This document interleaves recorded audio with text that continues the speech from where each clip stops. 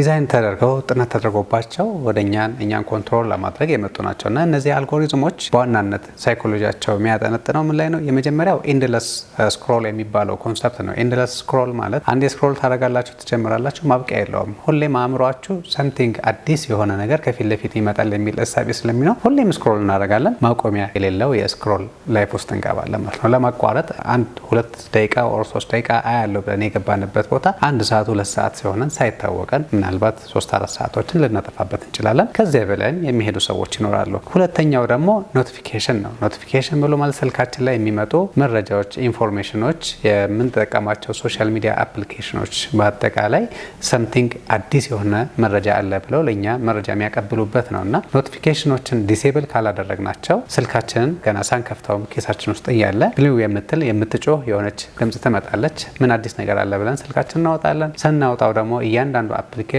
አዲስ ነገር አለ እያለ ያሳየናል። እንዲሁም ደግሞ አፑን ኖርማሊ እያንዳንዱን አፕ ሳንከፍተው በፊት ራሱ ሞባይላችን እንደከፈት ነው አፕሊኬሽኖቹ ላይ ከላይ የምትቀመጥ ቀይ የሆነች መረጃ ያላት 2 3 4 እያለች ቁጥር የምትቆጥርም ኖቲፊኬሽን አለች። እነዚህ ሁሉ የእኛን አቴንሽን ስበው ሁሌም ወደዛ ነገር ካቋረጥንበት ከሌላ ስራ ላይ ተመልሰን ወደ ስልካችን እንድንመለስ የሚያደርጉን ቴክኖሎጂዎች ናቸው። ሌላኛው ደግሞ ቫሪያብል ሪዋርድ የሚባል ነው።